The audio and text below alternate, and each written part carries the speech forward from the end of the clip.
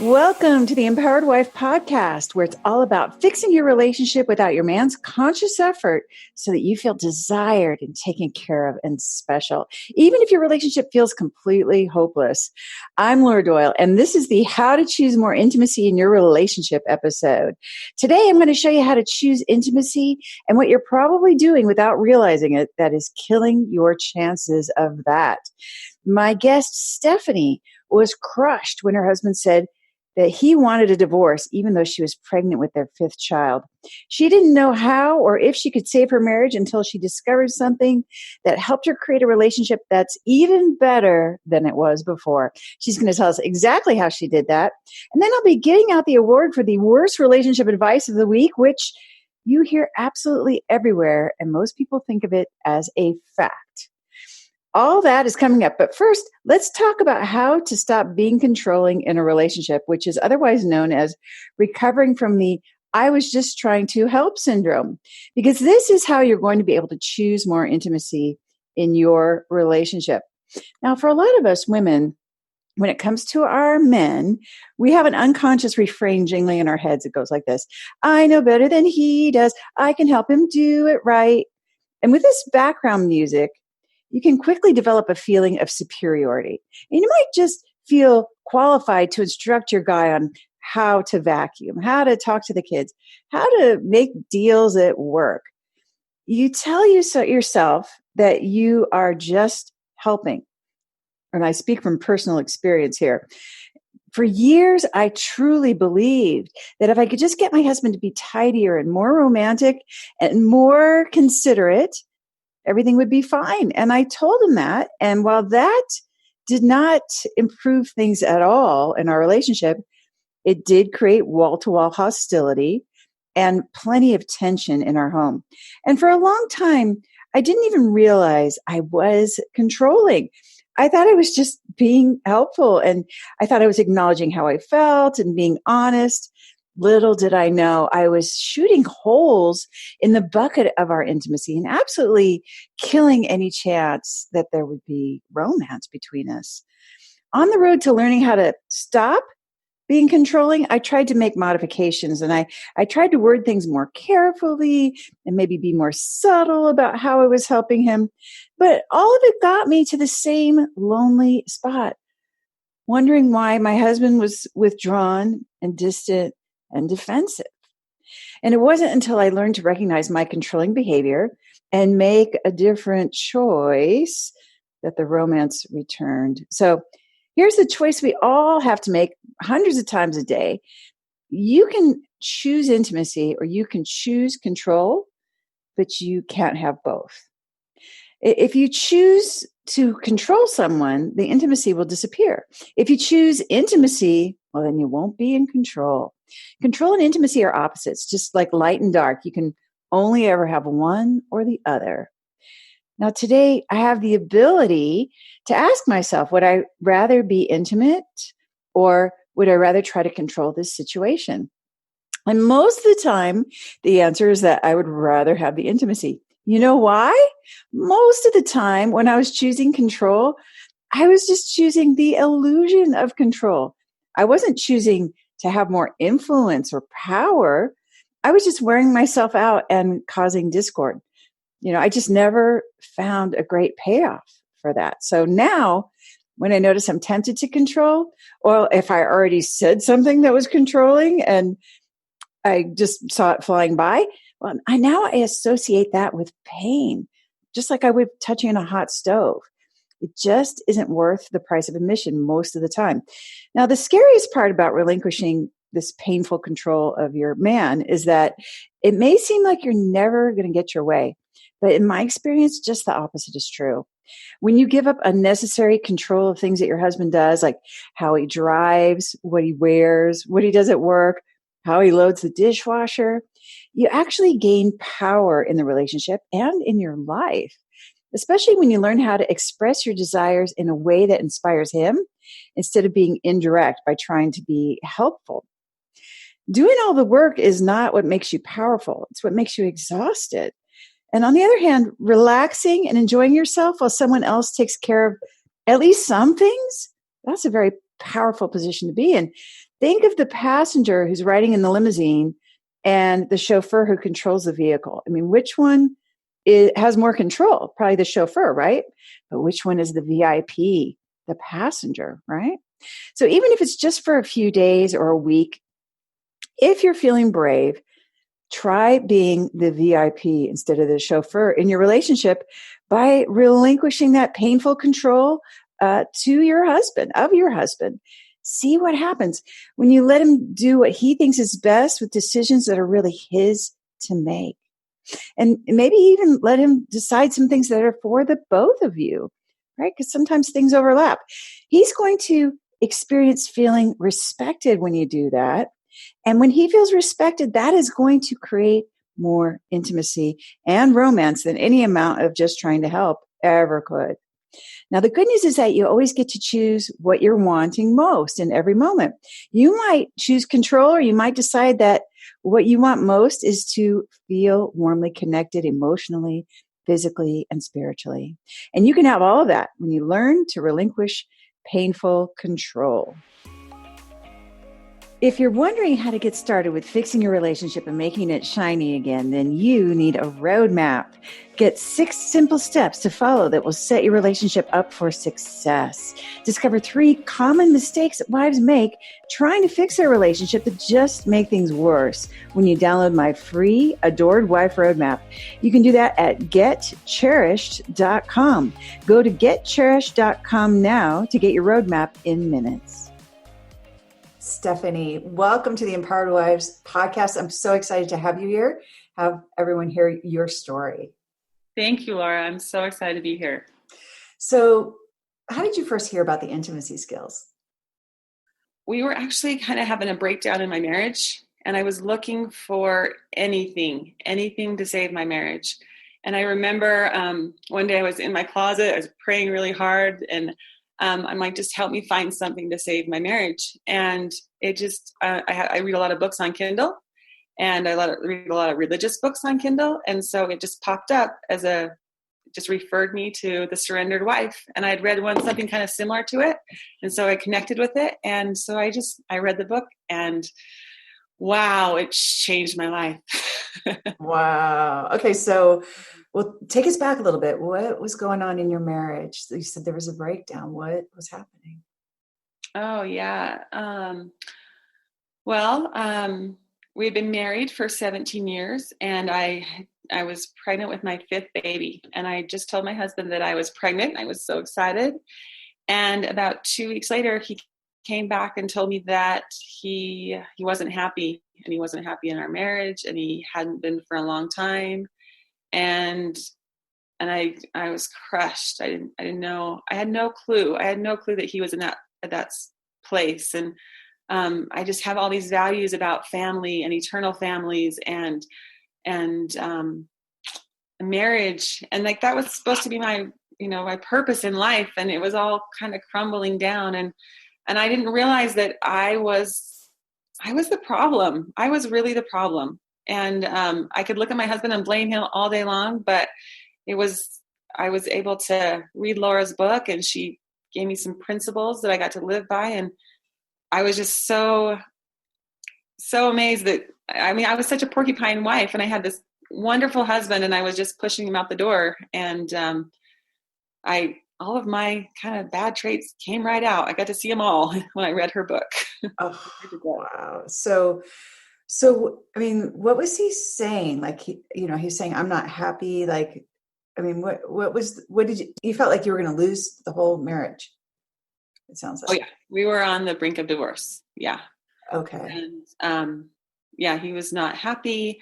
We started talking about divorce. We take a trip to Hawaii every year in January. Every year, it's kind of his trip, our trip, my trip, like our couple's trip.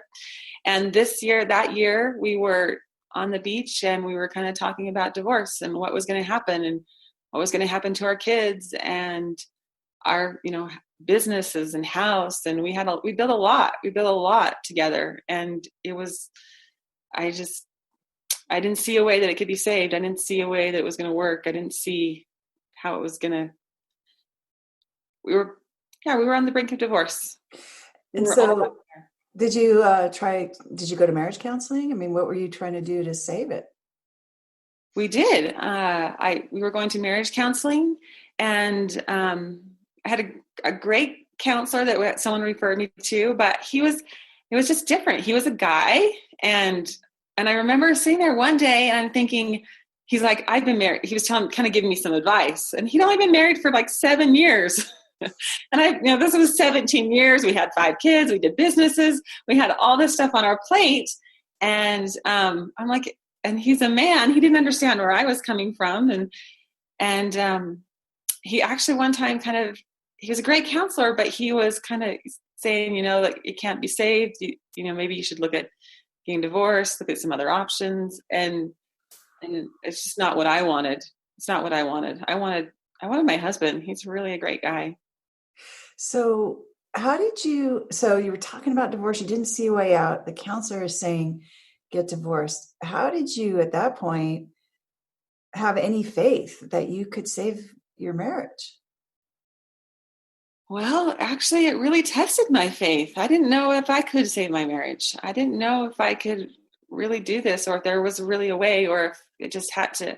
I kind of thought, well, we could just stay married because that's what people do. Some people just stay married and be miserable, and because they work it out for the kids, or they stay together for the kids. But I wanted my husband, and then when I started reading when I started reading your book, and it had like the 6 intimacy skills, and when I got coaching, oh, that was life changing. I loved coaching, and she just helped me stay in the game. She helped me too.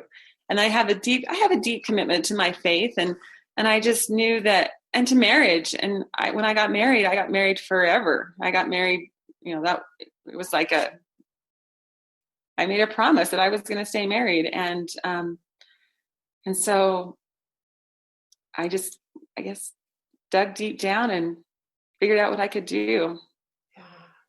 Yeah. And you're very active in your church. I am. Yeah. I'm actually the Relief Society president in my ward right now. And I do a lot of service, and I do a lot of teaching women, and I'm able to use this as everyday skills because they're principles that we can use all the time. Wow. Yeah. So, and there would have been a pretty big loss of status in your church, I'm guessing, if your marriage had fallen apart. Well, it wasn't necessarily status for me, but yeah, people, because marriage is very important in our gospel and in our church and what they teach, and it's just not what I wanted. It's not what I wanted. It could have happened, and he could have went on and got remarried, and I could have went on too and been remarried, but it's not what I wanted. I wanted my family, and I wanted my children to have their dad around every day, and I wanted to have the teaching from him, and I just wanted to have a family. And this guy was the number one guy in the world to make it work with, because he was the father of my children. No one else will love my children as much as my husband loves my children. No one. It doesn't matter. And so that was kind of maybe my motivation too, is because I had a great guy. Yeah. I didn't want another one. And you love your kids, and you wanted that for them too. Yeah, I love that. Yeah. So what happened? So you thought it was hopeless. Counselor says get divorced. Something must have happened. What happened? Well, I learned the 6 intimacy skills. I learned a lot about myself, and I learned that I totally changed the way I do my life. I didn't self-care was something that I didn't do because I was so busy serving everybody else. I was serving in the church. I was serving my husband. I was taking care of his books. I was serving my kids, and I just kind of.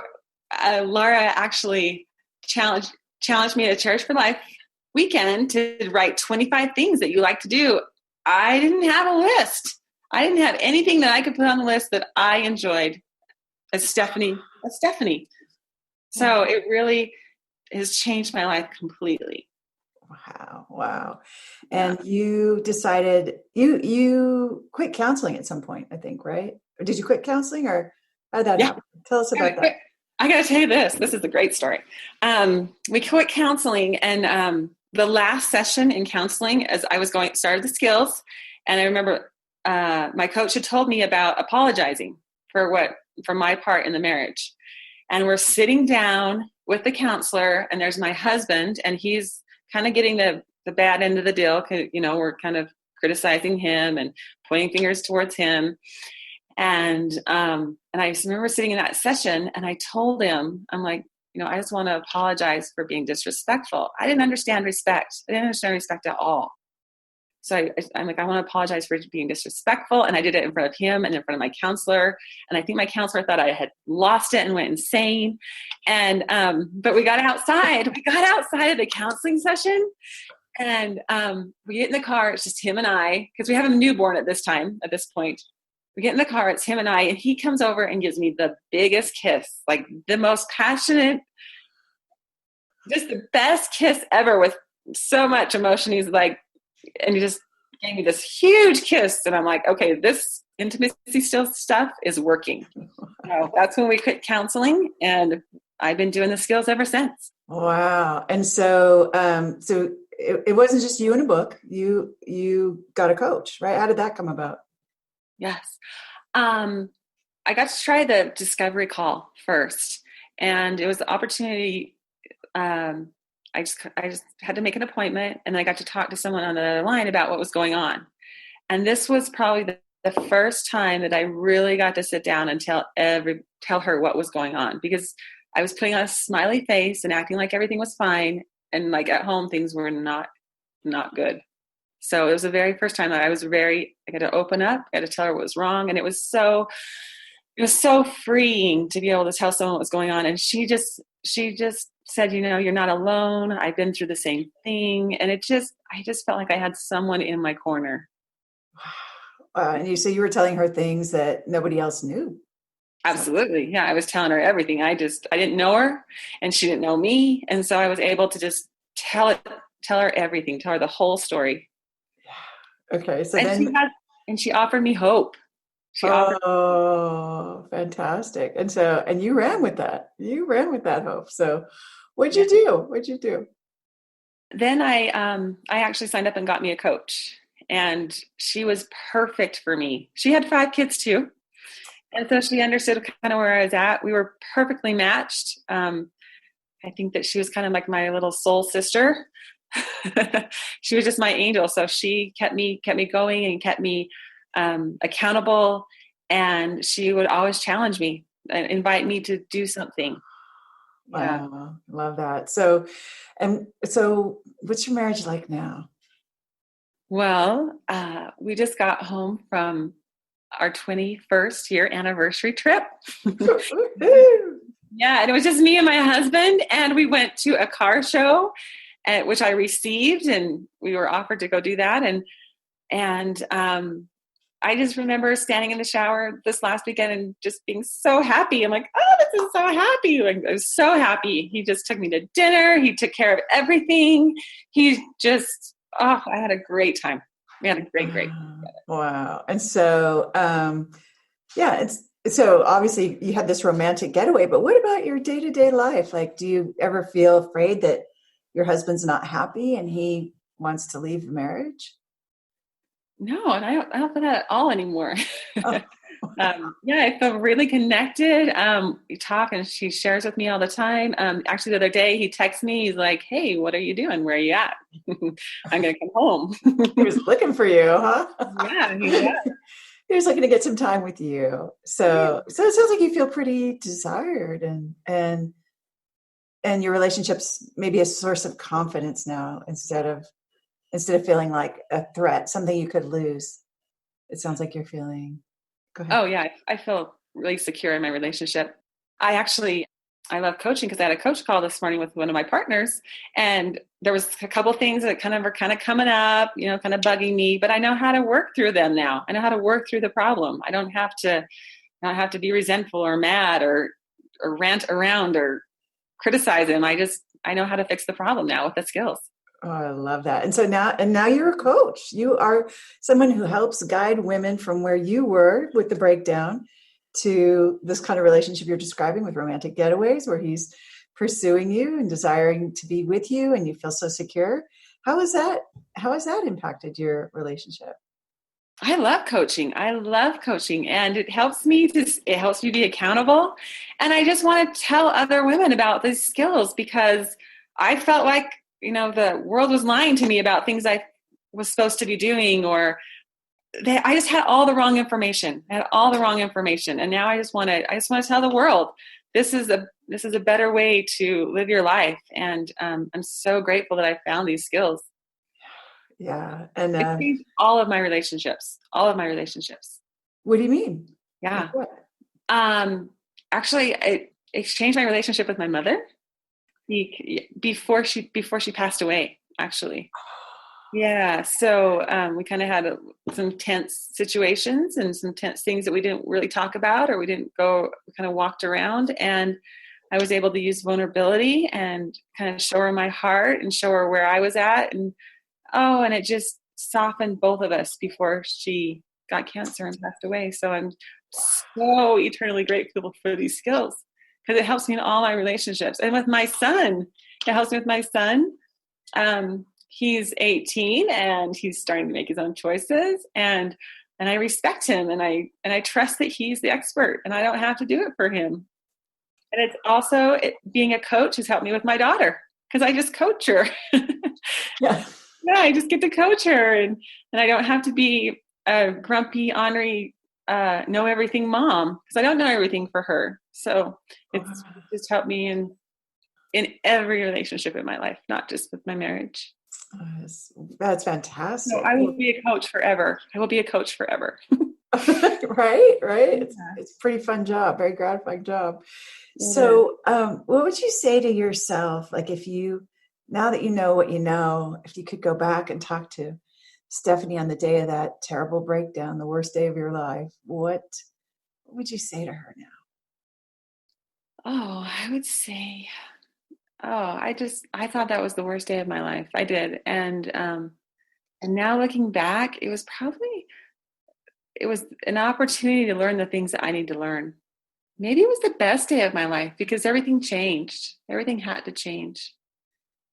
And the lessons that I've learned through coaching, through being involved with all the women, with Laura Doyle, and just being around amazing women all the time. And they hold me accountable too, because I've watched what they've done. I'm like, I want that too in my relationship. So it's easy. They're great examples for me. They're great examples too. So. And what's your tip for a woman who's in the situation you were in, where her husband's halfway out the door and she thinks it's over and she can't fix it? What's your best tip for her? Oh, my best tip is that to get a coach. Coaching is so powerful. It's fine to read the book, and it's okay to read the blog or whatever, but it's just so powerful to have a coach because she's the one that's going to invite you to do something or stretch you beyond what you've ever done before, because this was something I had never done before. And to be vulnerable and put myself out there, it was hard, and it was really scary. And it was just to have someone behind me to just let me know that I could do it. So I'm so grateful for these skills. Well, I love it, Stephanie. This has been super inspiring. Thanks for sharing your story with us. I love it. Thank you. If you're wondering how to get started with fixing your relationship and making it shiny again, then you need a roadmap. Get 6 simple steps to follow that will set your relationship up for success. Discover 3 common mistakes that wives make trying to fix their relationship that just make things worse when you download my free Adored Wife Roadmap. You can do that at getcherished.com. Go to getcherished.com now to get your roadmap in minutes. And now it's time to give out the award for the worst relationship advice of the week. It's the worst relationship advice of the worst relationship advice. Yeah, it's the worst relationship advice of the worst relationship advice of the week. You can't change someone who doesn't want to change. And that seems like a fact, I realize, but the part that I would have missed before I had the intimacy skills and the connection framework that I have now, is that when I changed, people responded to me differently. That means, in other words, that they changed when I changed. Now, it is very discouraging if you think you're always going to be neglected or you're always going to be verbally abused or fighting endlessly. But those aren't the only two options. There's a third way. And here's an exercise to illustrate what I mean. I want you to picture someone in your mind that you know who you know also loves you. Someone you feel confident with, where you just feel like your best self. Maybe you're more playful and you feel smart when you're with that person, right? Picture that person in your mind. And now I want you to think of someone that you think doesn't like you. How do you feel around them? And more importantly, how do you act around them? Do you feel defensive or insecure around that person? Does it make you more reserved? Are you kind of stiff around them? Maybe you're not really even yourself. Let's just say you're probably not your best self with that person, right? So with the first person who really loves you, you're showing up as your best self. You're fun, you're funny, you're smart. And with the second person, you're feeling kind of defensive, not really showing up as your best self, right? So now I want you to imagine that this person that you think doesn't like you, I want you to imagine they started making it obvious that they really, really like you. They think you are the best thing since hot fudge sundaes. Now, how do you think you would behave differently with them? Would you be more confident and relaxed around them? Probably, right? And wouldn't that make you more pleasant, maybe more attractive to them, right? Maybe you'd even feel like it's your job to live up to their favorable viewpoint of you, right? So now imagine if your husband goes from feeling like you don't like him because he falls short of your expectations to feeling like you really, really like him and that he's successful at making you happy. How do you think he will respond to you differently? And isn't that a smarter way to change someone else? Even if that person doesn't seem to want to change, don't you think they would respond to you much, much better? That's been my experience too. And it all starts with changing the way you show up in your relationship. So the advice that you can't change someone who doesn't want to change, well, that is the worst relationship advice I've heard all week. Be sure to subscribe to the Empowered Wife podcast. Next week, I'll be sharing the cure for the selfish husband. Today's fun fact is that I don't do yoga because they don't keep score. So how can I tell if I'm doing it better than everyone else?